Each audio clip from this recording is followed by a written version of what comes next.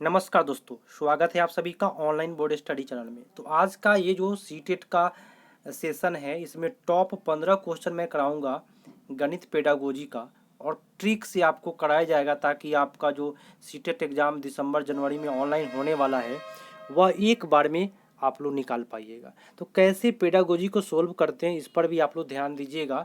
तो ये जो टॉप क्वेश्चन है आप लोग अच्छे से करके आइएगा। और पेडागोजी मैथ का जो होता है वो काफ़ी बेटर होगा, 15 नंबर का पूछा जाता है।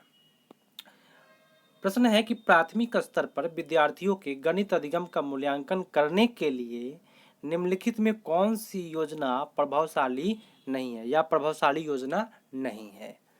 देखिए, प्राथमिक स्तर पर कभी भी बच्चों के 1 to 5 बोलते हैं, ठीक है। 1 to 5 का बच्चा बोले तो 6 से लेकर के 12 वर्ष के बच्चों तक का बच्चों के जो माइंड होते हैं उस पर चर्चा करना है। तो मुख्यतः समूह संचालित कार्यों का प्रयोग किया जाना चाहिए, ये गलत बात है। देखिए, प्राथमिक स्तर पर समूह संचालित कार्य नहीं करना चाहिए, गलत है।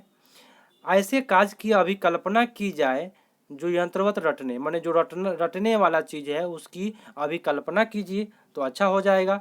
लेकिन रटना नहीं है, रटने वाला वर्ड गलत होता है, लेकिन उसकी अभिकल्पना कीजिए, ठीक है।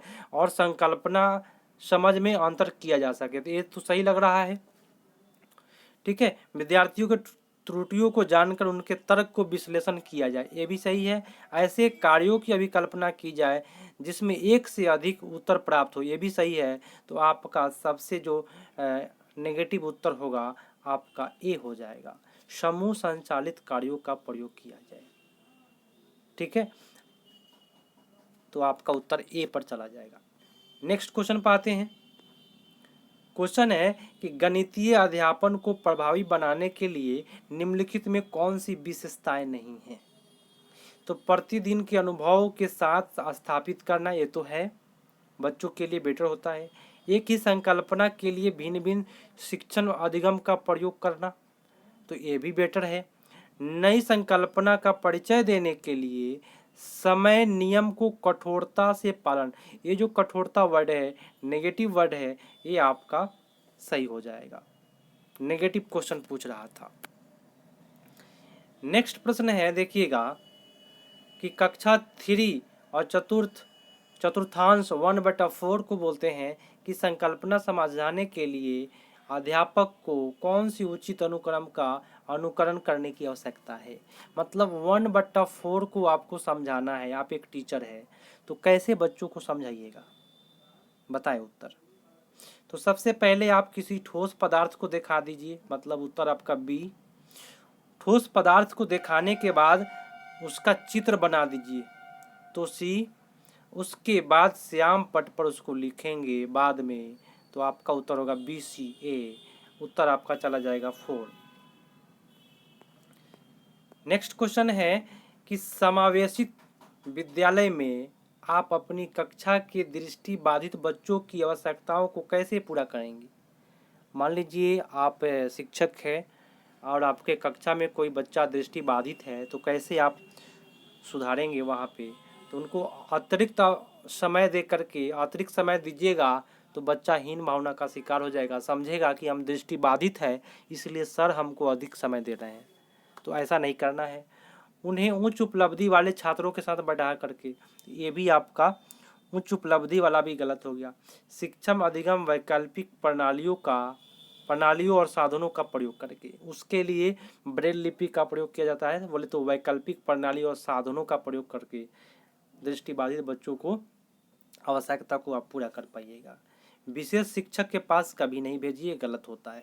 तो ट्रिक ऐसे ही बनाइए खुद से, और पेडागोजी में कभी भी 3 ऑप्शन को गलत साबित करके तभी आगे बढ़े।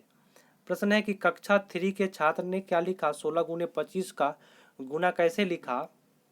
देखिए, 16 को तोड़ दिया 8 गुने 2, और 25 को तोड़ा क्या 5 गुने 5। तो कहीं भी देखिए 16 को कैसे तोड़ा 8 गुने 2, और 25 को कैसे तोड़ा तो 5 गुने 5।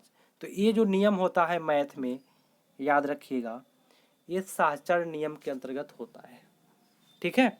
उत्तर आपका सी हो जाएगा। आप अपना स्तर चेक करते रहे कि आपका कितना सही जा रहा है। नेक्स्ट क्वेश्चन, निम्नलिखित में कौन सी गणितीय प्रक्रम नहीं है? आकलन करना, पक्षांतर करना, मार्गदर्शन, कंठस्थ करना। ये कंठस्थ करना गणित के अंतर्गत नहीं होता है, तो 6 का उत्तर आपका 4 पर चला गया। नेक्स्ट है कि निम्नलिखित में से क्या प्रारंभिक संख्या संकल्पना से संबंधित नहीं है? देखिए, प्रारंभिक कक्षा बोले तो 1 to 5 में क्या पढ़ाई नहीं होता है? मापन होता है, वर्गीकरण, समावेशन होता है, संरक्षण जो है ये नहीं होता है गणित से संबंधित। संरक्षण है पर्यावरण में पढ़ाए जाते हैं, जैसे जल संरक्षण, वन संरक्षण। उत्तर आपका डी पर चला गया।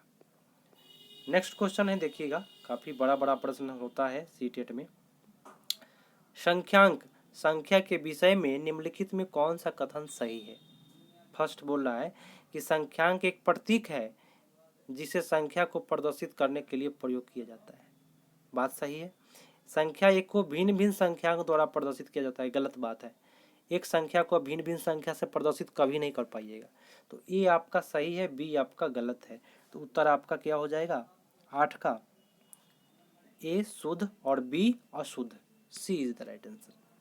ठीक है, आइए नेक्स्ट क्वेश्चन पाइए।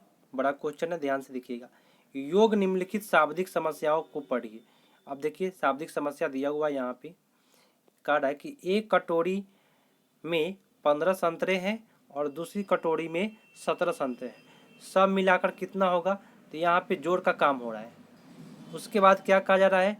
9,950 वाले मोबाइल फ़ोन की कीमत की बजट 375 रुपये की कीमत वृद्धि हो गई, तो नई कीमत क्या है? तो कौन सा कथन सही है ये बताना है। योग संवर्धन पर समस्या पर चर्चा करना था। 9 का उत्तर बताए क्या होगा? चलिए बताते हैं आप सभी को। ए में है कि योग का समुच्चयन संरचना को प्रदर्शित कर रहा है। ए में क्या है?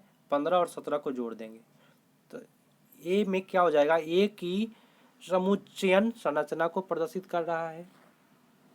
अब बी क्या है? बी में क्या है? मोबाइल कितना का था देख लीजिए। मोबाइल 9,950 रुपया का था, उसमें वृद्धि कितना हो गया? 375 रुपया ऐड कर दीजिए तो क्या होगा? बी योग की संवर्धन, संवर्धन मतलब वृद्धि, इसीलिए आपका उत्तर सी पर चला जाएगा। तो ध्यान से पेडागोजी को समझा जाता है। पियाजे के प्रस्ताव के अनुसार माप में विभिन्न भौतिक राशियों के संरक्षण की योग्यता के विषय में सही कथन पहचानिए। माप करना है, लंबाई में संरक्षण की संख्या संकल्पनाओं को समझने से पहले आती है, गलत बात है। भार जो होता है ये आपका बेटर है, भार की समझ आयतन संरक्षण से पहले आता है।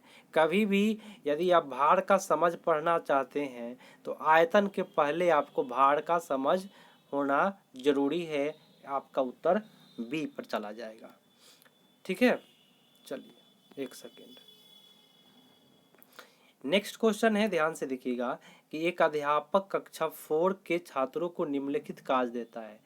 25 टाइल्स को सभी संभव आयताकार व्यू में व्यवस्थित कीजिए। 25 टाइल्स दे दिया गया। टाइल्स तो देखते होइएगा इस प्रकार से टाइल्स होता है ना।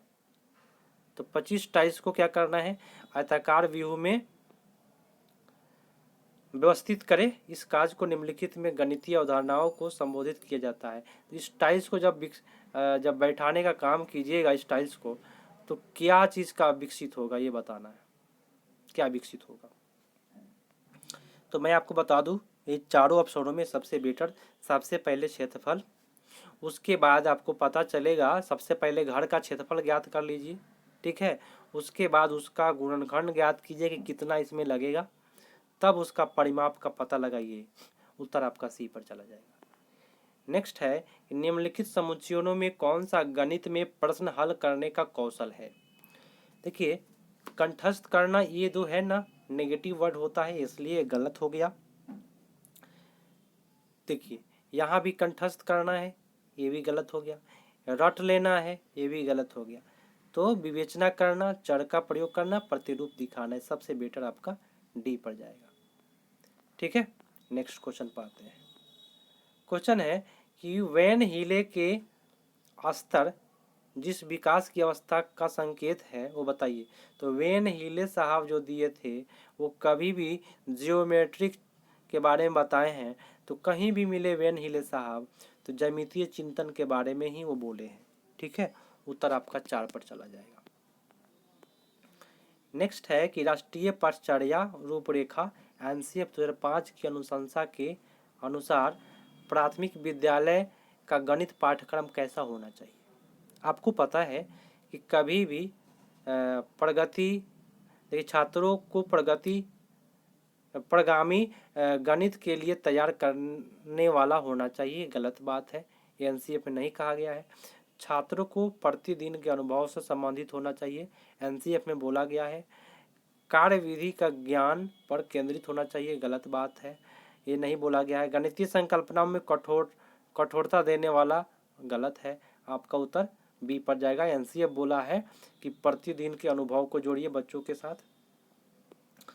दशमलव की संकल्पना पढ़ाना है आपको यहाँ पे, तो दशमलव के लिए क्या पढ़ेगा, ग्राफ पेपर या डायनिक्स ब्लॉक्स या टेलर का गिन तारा संख्या चार्ट, क्या। तो ग्राफ पेपर के लिए कभी भी याद रखें, ग्राफ पेपर पर कभी भी दशमलव वाले गुना को आप अंकित कर सकते हैं।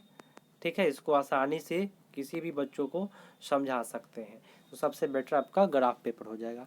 तो आज के लिए इतना ही, टॉप 15 क्वेश्चन था।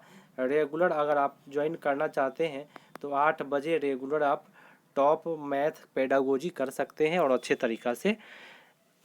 मिलते हैं अगले पार्ट में। इस वीडियो को अधिक से अधिक शेयर करें। तब तक के लिए धन्यवाद। जय हिंद।